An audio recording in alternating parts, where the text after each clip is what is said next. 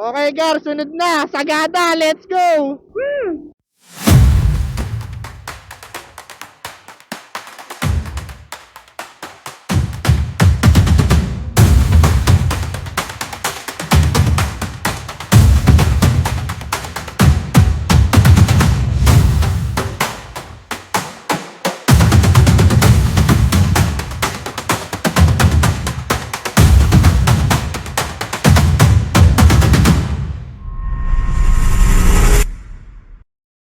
Let's go! Uwi tayong kumpleto at nyo ah. Nakatayo na ba ang lahat? Ng number 1 rule pag magbabiyahe gago, kalimutan mo na wag lang tumae. Let's go! Ay, wait lang. Matagal battery niyan, Dray. Medyo. Daming exposure na Edor. Tama na Edor, salitan tayo dyan ha. Yes. So yun mga men, on the way na po kami going to Valenzuela. So time check kami, 2:15 ata kami o malis doon or 2:20. Nakatapat pera yan. Nanaya ko na naman yung sarili ko kanina eh. Matulog ata ako mga bandang alas 8 na ata yun. Ay, dadaan. May daan dito, yung sa tagusan natin, Banawi na agad. Ito yung daan papuntang Banawi. Ito sobrang saktong-sakto lang yan men ah. Gabok yung clearance. Kung ano, gagawin na ako. So sabi dito sa mga 5 hours and 29 minutes. So given naman yan, hindi naman masusunod yan. Dati okay naman dito ah. Pag ganitong oras. Pero pag umaga, hindi mo gugustuhin to, yung lugar na to. Hanggang pinakadulo, traffic to eh. May mga dala kayong power bank. Meron ko doon. Meron. Extension, dala kayo? Oo. Yun. I got all we need. Dala ko pangwaluhan na. Pasasabugin ko yung fuse nung tutuluyan natin. Gay. Overtake. Okay tayo. Gay. Ang ganda, pangalawang track, okay. Ata, kung aabot sa inyo. Pangalawang track lang ha. Okay na. Kamusta power ng motor nyo? Okay naman? Hindi pa naman naglo-lose compression. Sana walang ganon. O may may steel bar.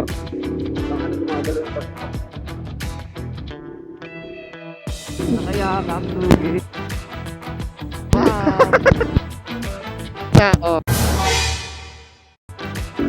Kumana na ba kayo? Di pa. Cellphone lang kami. Ano ang kanan? 7-Eleven? Hindi ka ba nakamapa, Dor? Di pa. Sige, okay lang yan. Kanan na dyan sa may kanto na unang kanto na pagdikitan. Yan, kanan na dyan. Ha? Ay, mali, 7-Eleven. Bakit? Pero pwede na, diretso na. Pero okay lang na. Pinakadulo, Marcos Highway na ata to. Alam nyo ba nung nagbagyo ako, na Valenzuela pala, binabagyo na ako. Parang sinasabi na wag na akong tumuloy. Oo, gagi. Gabi ka pa umalis nun? Alas 4 ata, alas 4:30. Tara. Okay, pasok. Yan, apply tayo.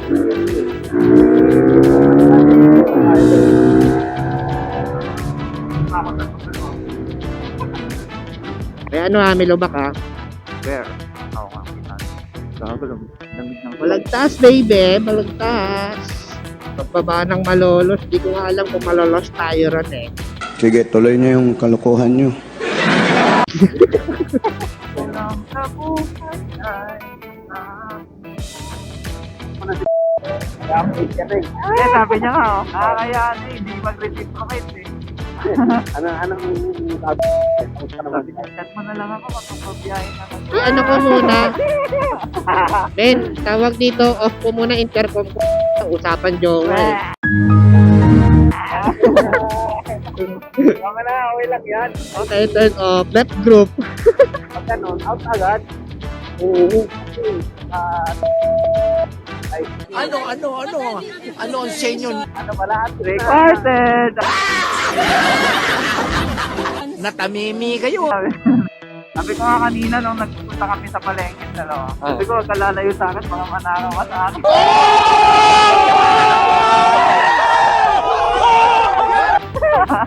Kinikilabutan ako. Nakikiringe ako. Pag-alala may hazard.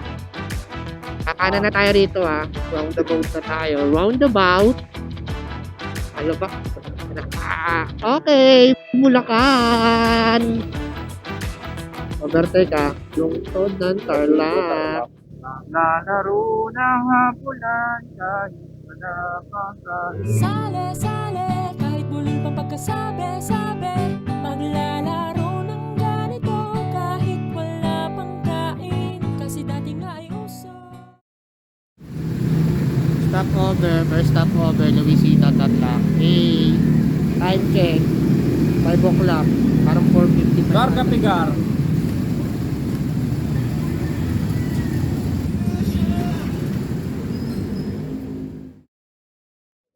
Umaga na. Dito ako sa unahan ha, sa anchor ha. Oo. Malamig na yung hangin dito, no? Oo, malamig. Mas lalamig pa yan mamaya. Malamig ang simoy ng hangin. Sakit sa tenga, gago.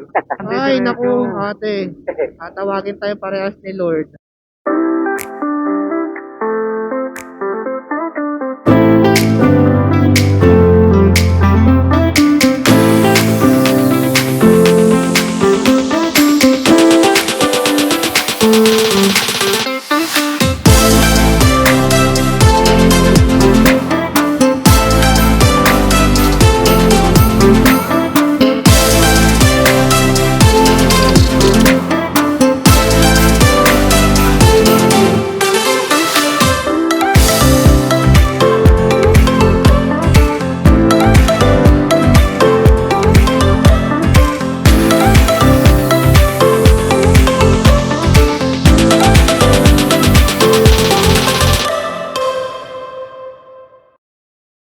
Medyo uminit yung hangin, no? Sa akin, mamaya magtatawa naman tayo, malamig eh. Malinis ka na, malinis. Kaya bira-bira. Ay, hazard ah. Hindi yata maganda yung ano natin. Yung, Positioning. Mali, layo si Ator sa akin eh. Kasi gitna ka, di ba? Balik na dati. dapat nasa gitna lagi yung host, no? Oo. May lugaw. Daming distraction ng post. Try ah. Yeah. Naka-record yan ah. Lapit kayo sa camera. Yeah. Kaya na, puta na. Kaya pa pala mag-92 na ito eh. Ay, Nakita ko naman sa'yo yung ano niyan ah. Top speed niyan ah. Doon ako sa tabi niya po. Yeah. Idol, magko-collide tayo. Lapit kayo konti. Pwede ba kami mag-fusion? Fusion yung ano ko. Naliligan yung... Ikot? Nalibela ko. Sagat yung gasolina ko. Magas tayo sa ano. Hari araw. Ay papunta, ha? Yan lang. Yan. Overtake tayo men, malinis. Yeah. Okay, pasok. Yan yung gitgitin mo, ano? Nakakatakot yan. Matagi mo lang yan. Nadamay ka tapos kamatay. Kaya nga, layo mo doon eh. Petron tayo men ha. Papagas ako. Kanan? Nagtawid ka nata. Hindi ka ba yan? Pwede yata mag-non city rig ako. Pwede na. Akin Yeah. hindi eh. Pag mabilis na, ano na eh, no? Automatic na nagbabalan. Dapat pala dito tayo nag-ano ko. May 7-Eleven. Ikaw muna kasi may madali lang naman eh. Totoo. Patanggal pa ako ng ano. Welcome guys! Nasa na tayo? Time check tayo, 6 o'clock. Welcome to Paniki Tarlac! Taga dito siguro si Batman. No? Si Batman. Sabi ni Bayani. Luis, kitang-kita naman. May dugo, may Batmans.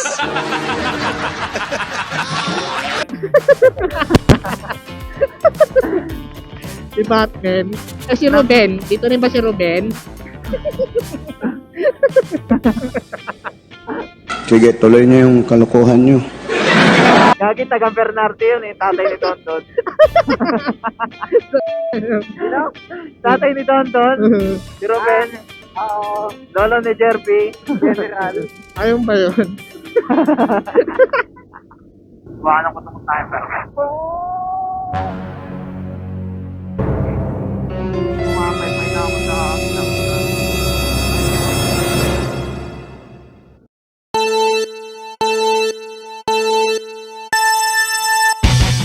Hindi ka makakasikip! Ako na kita boss. Hindi ka pwede!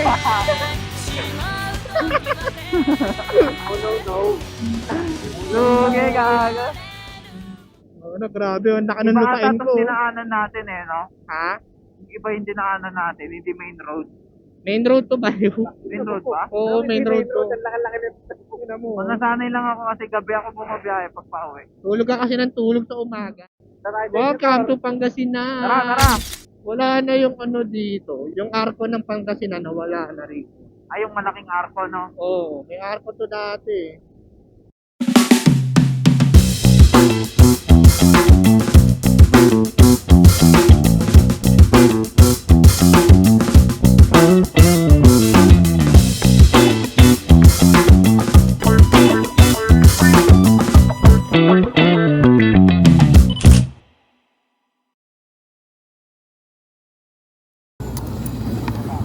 Okay, let's go.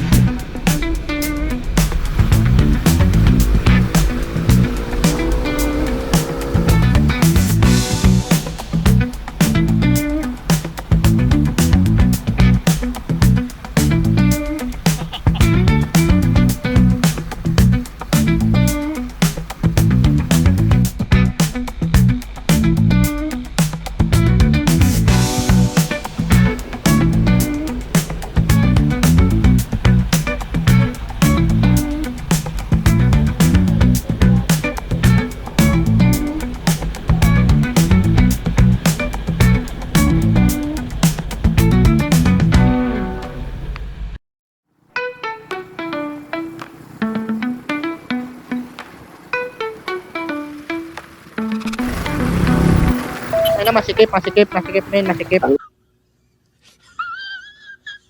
Kasi may signage kasi, makinig kasi kayo. Hindi ko napansin. Sorry, akin. Tanga talaga. Dito, pasok mo dyan, sir. Diretso mo, wala nang sa kanya. Harap po. Hindi ko napansin na ano ako kay Shrek eh. Na-intimidate ka. Oo. Parang si Kuya Chris eh, no? Lagi nakapamewang. Naka-carried away ako eh. Shrek is life eh. Buti na lang manipid yung motor, no? Lumutot. Ano, mas matarik ng pagpakita ng ano, line set. May sasakyan sa likod, possible, ano to, overtake to. Malaki to eh. Lamig ng hangin. Ang sarap. Paunahin natin. Sige lang, kaya niya yan. Mawawala yung momentum niya. Hindi, ano yan? Kusa na lang. Hahanap na lang ng tempo yan. Oo, basta ano lang kayo. Hindi, tatlo tayo, mahirapan yun. Hahanap ng ano yan. Medyo matuwid. Malakas naman yung slide area. O baka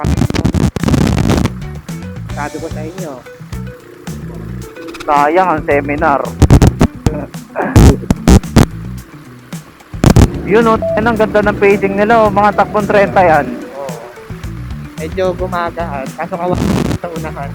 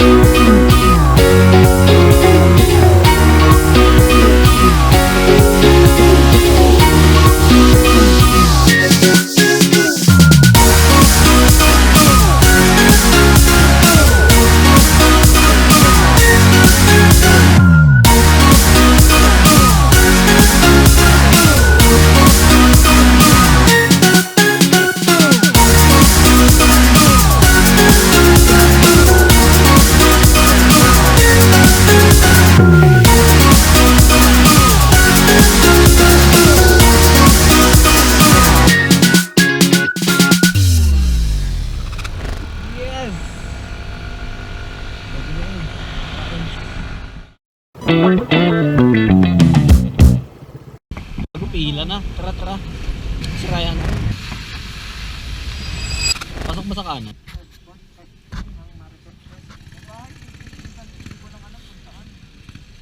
Dapat chinat mo. Pag ganito, malapit na tayo Lionfield. Isang ano na lang yun. Ano? Alam ko, ha. 2 kilometers eh. Sobrang busy ng kalsada dito. Nung patok tayo sa abot pa ako. Cam 6 na ata. Maluwag. Kung may angas pala dito, medyo mahirapan scooter. Oo. Kailangan medyo mataas na displacement na scooter. Pupunitin scooter mo dito. Pwede naman, pero ano, gapang talaga. Oo. Gapang ano rito. Kaya natin to. Kaya. Okay. Libre tayo. Let's go. Dump truck pala. Let's go. May J3 saka J4 si Kuya Gab ngayon ah. Patos? Ganda nga eh. Overtake kaya. Oo. Diyan mo na yun, Dor. Wala, natuloy tayo ng Tagata eh. Okay na, dito na eh. Dito na tayo eh. Ngayon kayo bumili ng sapatos. Iniinggit nyo ako. Nakating-kati kayo bumili ng sapatos. Hindi talaga natuloy, bibili talaga. Ang ano rito, puro FX dito, lalo na pagdating natin ng ato. Sa mga sasakyan dito, puro ganyan, no? FX, ayan, no? FX. Ang ganda rin kaya ng ano niyan. Ano? Ang itsura ng sasakyan niyan. Lalo kapag binihisan, box type kasi siya, may kanto kasi kaya medyo maganda yung itsura. Kami FX dito eh. Ray, exposure mo to, Ray. Oh, sure ko. Ay, di yata naka-record.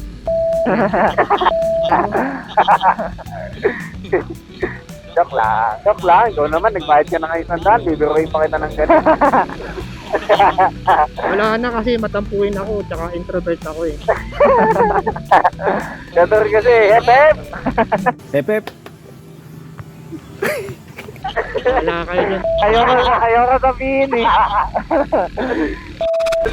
Naglugay na nga ako para maguluhan sila eh. Ayan na, malapit na. Matarik na, boy. Kaya ayaw ko magpabitin. Tiga. Ito na.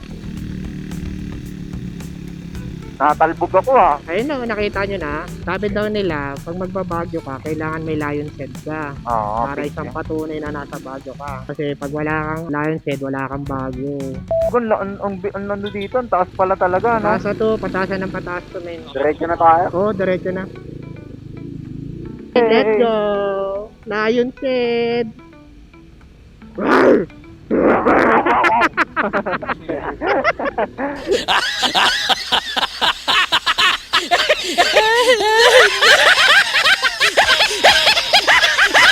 Matarik yan din ha, matarik yan. Okay, hindi ko yan. Rekta kayo, Pao. Yan. Okay, wag kang pepreno, Ano mo talaga? Taggalin mo na ako. Sinabi ko na nga eh. Tumikit ka pa? Wala eh, mabibitin ako eh. Mawawala na ako ng gas eh. Sige, ni power na. Siko rin yan ha, siko yan ha. Set speed, okay, ano yan. Lamig ng hangin, oh. Okay, gas. Matalpog yung gulong ko, gar. Gas lang. Kung mabibitin yung motor mo, mawawala ng stable yan. Amoy sunog na lining tong sasakyan, no? Oh. Talaga yan. Nahirapan tayo dito. Wag nyong i-maintain yung yung throttle nyo, bomba nyo lang ng konti ha. Kasi matutunog yung lining nyo. Huwag nyong isasagad. Sige, pasok! Okay, banat. Isa lang muna. Sige. Ayan na. Teka. Ayan na, may van. Diretso. Diretso. Let's go. Set speed. Throttle. Set speed. Throttle. Always remind yourself. Set speed. Throttle. Exit point. Exit point ang tingin. Sagad na yung gasolina mo. Oo, kanina pa. Oo, sabi sa'yo eh. Parang matagal na yan ah. Hindi accurate to eh. Pero tama lang na meron. Ano, antayin natin mamatay yan? Oo. Ano ka nasisira, ulo? Aabot yun sa may Baguio City. Pasok. Pasok. Sige. Ayaw. Hindi kaya. Yan ang kakayanin. Para sa iyo, left side, to the right side. Slow down, then gas. Eto na, kuya pa. Papasok na ako. Kaya mo makakalusot ka. Sige, pasok ko. Tignan mo, patayin. Ito tayo dyan sa may ano Sige, unahan mo. bago tayo umakyat. Ay, gago. Ito. Pasok. Ay, gago. Bagal to, mabagal to. Tarik to, matarik. Kunin ko to ah. Ito. Pasok lang. Pwede. Kadyot lang. Sige, malinis. Ito. Kunin ko lang to isa. Okay. Masukin mo na yan. Wala naman siguro mag-overshoot. Matarik. Ano ba? Okay, gas. pasok lang. Exit point. Yeah. Tingin exit point. Bakit? Kulang ka ng gas. Hindi ko, nagulat ako eh.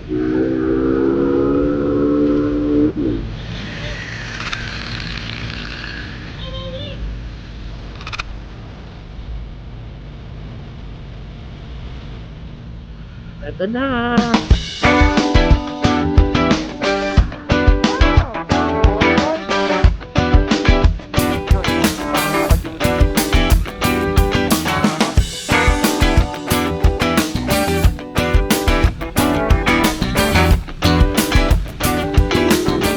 Sarap na ng ano rito, lamig. Kaya nga. Tumatagot na sa glove. Mamaya sa atop, malamig na talaga. Nag-aircon pa kaya ang mga tao? Pero, may mga, yung hotel dito may mga aircon. Oo, kasi meron iba bitin eh, no? Dito muna tayo, tambay muna tayo. Where? Tambay lang tayo saglit dito. Left side? Oo, left side ka. Kapark lang tayo dyan sa poste. Oo, ano lang tayo, magmamapa. Lobat na ako. Hey, stop over muna kami. Paper 3 oh. Nag-ano ako, mapa. Time check, 9:30. Aakyat na kami ng ano. Actually, malapit na kami sa town ng Baguio City. Stopover lang para set up yung ano, yung Gmap papuntang ano. Choco Batterol muna tayo, no? Sa Choco Batterol. Choco Chucky.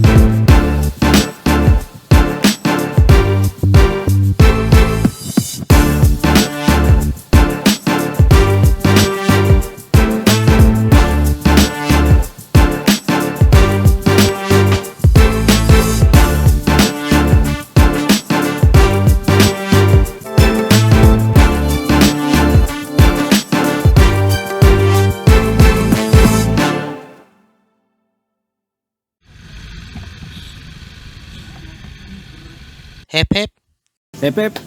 di pa tapos. Dito na nga natin umpisahan ng kwento. Sa thumbnail pa lang ng videong ito ay Sagada Ride pero hindi kami natuloy. Kung bakit? Pagtugtong-tugtongin natin ang kwento. Pagtugtong namin dito sa Baguio, napagdesisyonan namin na bago kami ay tumuloy ng paatok papuntang Sagada ay mag-stop over muna kami dito sa Choco de Bandarol na kung saan dito matatagpuan sa loob ng Camp John Hay.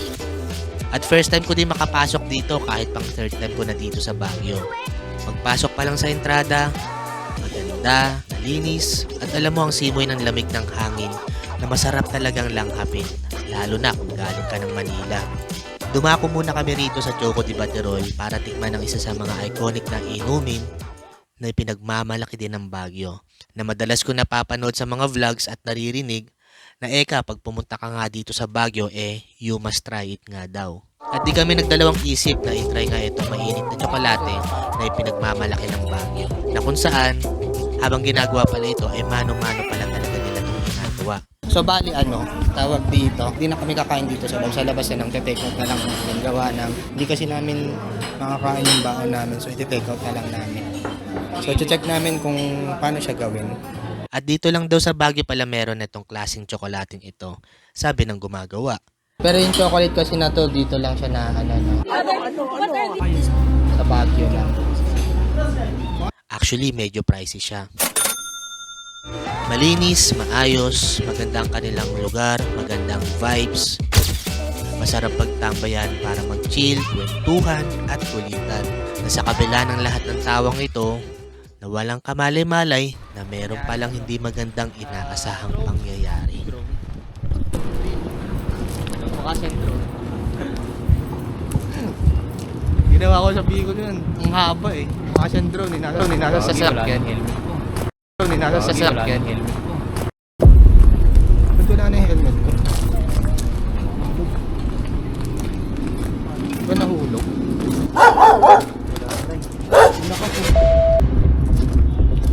Talaga yan. Wait lang.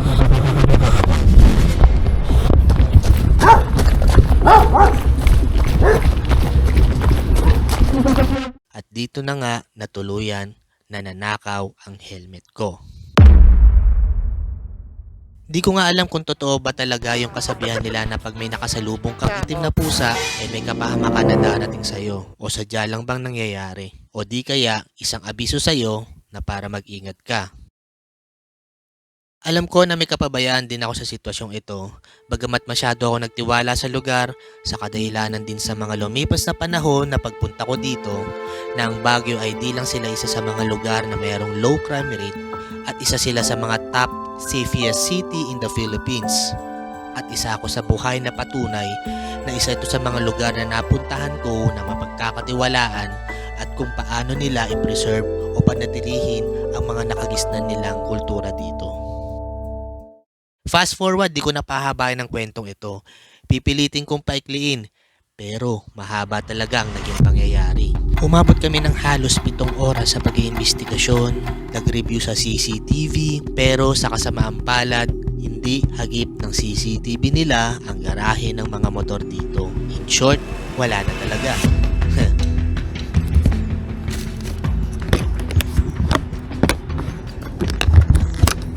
Ang inabuti hindi yung camera. Para sa akin, bagsak sa safety security measures ang lugar na ito.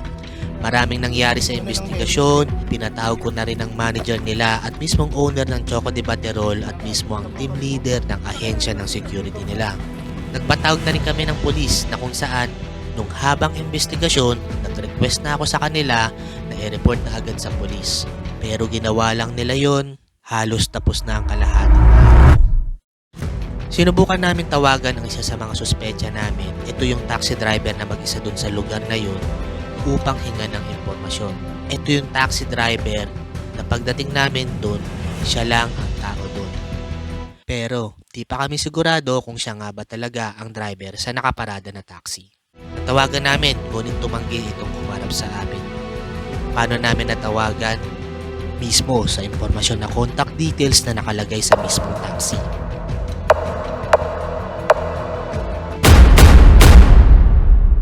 Siya lang ang tao doon at saglit lang din kami bumili. Pagbalik namin doon, wala na agad siya. Naghanap-hanap din kami sa paligid pero wala. Baka kasi itinapon niya lang ito o itinago sa isang lugar at pwede niya rin itong balikan pag nakaalis na kami. Habang nire-review ko maigi ang video sa camera para malikom ko mismo ang tamang impormasyon, bigla akong may napansin sa video na yung mga oras na yon na may nakatambay na matandang lalaki dun sa unang suspecha namin ay hindi lang pala siya ang tao dun. Mismo sa loob ng taxi ay may tao na din pala na walang iba kundi yung driver ata mismo. So hindi lang yung matandang lalaki ang suspect doon. Na napansin ko rin sa video na yung katabing sasakyan ng taxi ay nawala na rin. Sa unang video ay nakaparada pa yon at isa rin yon sa mga suspecha namin. Kayo, sa tingin nyo, sino nga ba talaga ang may sala? Halo-halo na ang emosyon, gutom, puyat at pagod sa biyahe, pagdududa, pagkalamya, na sa kabila ng lahat na ang pinaghirapan mo, o sabihin na lang natin yung pinaghandaan nyo na biyahe na inaasam-asam nyo, at ang mga gamit mong pinag-ipunan sa mahabang panahon bago matuloy ang inaasam-asam nyo na biyahe ay bigla na lang nawala. At sa halos 7 oras na investigasyon, walang naging resolusyon. Ending, wala din nangyari. Sobrang pait ng tsokolate. May mga nangyari din naman na kahit papano ay nasolusyonan din ang problema sa kabila ng lahat, na kahit papano ay maibisan man lang ang mga hindi magandang nangyari. Sa puntong ito, di ko inakala na nag-ambag-ambag sila ng mga staff doon para kahit papano ay makabili ako ng pansamantalang helmet nang sa ganun meron akong magamit. Shoutout sa inyo sa mga staff ng Choco de Baterol. Di ko akalain na kayo pa mismo ang tutulong sa akin. God bless you po. Diyos na po ang bahala sa inyo. At sa owner ng resto, please paayos naman po sana ng security ng lugar nyo. At sa dalawang kapit-kapitagang pulis na nag-assist sa amin. Saludo po ako sa inyo sir. Iba talaga ang pulis dyan sa Baguio. God bless you po. Tapos na kami ng alas 5 actually. Pagtapos ng kaso na yun. Ito na yung gamit kong helmet. Binilang ako ng mura, pansamantala, may mga gamit. Hindi na ako bumili ng medyo quality. May wala naman yung gagamitin ko. Tsaka hindi na rin kakayanin ng budget ko. Isa pa yun. Matal din namin. Alas 10, so alas 5 ngayon, 4, 11, 12, 1, 2, 3, 4, 5, 7 hours na nilaging kaya ka. Naging residence na. Sa puntong ito, hindi ko na alam kung itutuloy ko pa ba ang biyahe. Sasama pa ba ako sa kanila o itutuloy pa ba nila ang sagada. Dahil sa puntong ito, hindi talaga tumatakbo o nakakapag-isip ng maayos ang isip ko. At ang alam ko lang gawin, ay manatiling kalmado. Dahil alam ko wala rin namang mangyayaring maayos kung magiging hysterical pa ako sa sitwasyong to. Di ko na rin ikukwento ang mismong detalye, masyado ng teknikal. Pero tinanggap ko na lang din ang pagkatalo kahit alam ko na liyamado ako sa sitwasyong ito. Sabi ko nga sa sarili ko, minsan kailangan mo din tanggapin talaga na kahit liyamado ka, posible pa rin ang pagkatalo. Walang pinagkaiba to sa pagong at koneho. Isa lang na patunay na kailangan lalo mo pang galingan sa mga susunod mong laban na makita mo talaga ang resibo mo sa iyong pagkapanalo.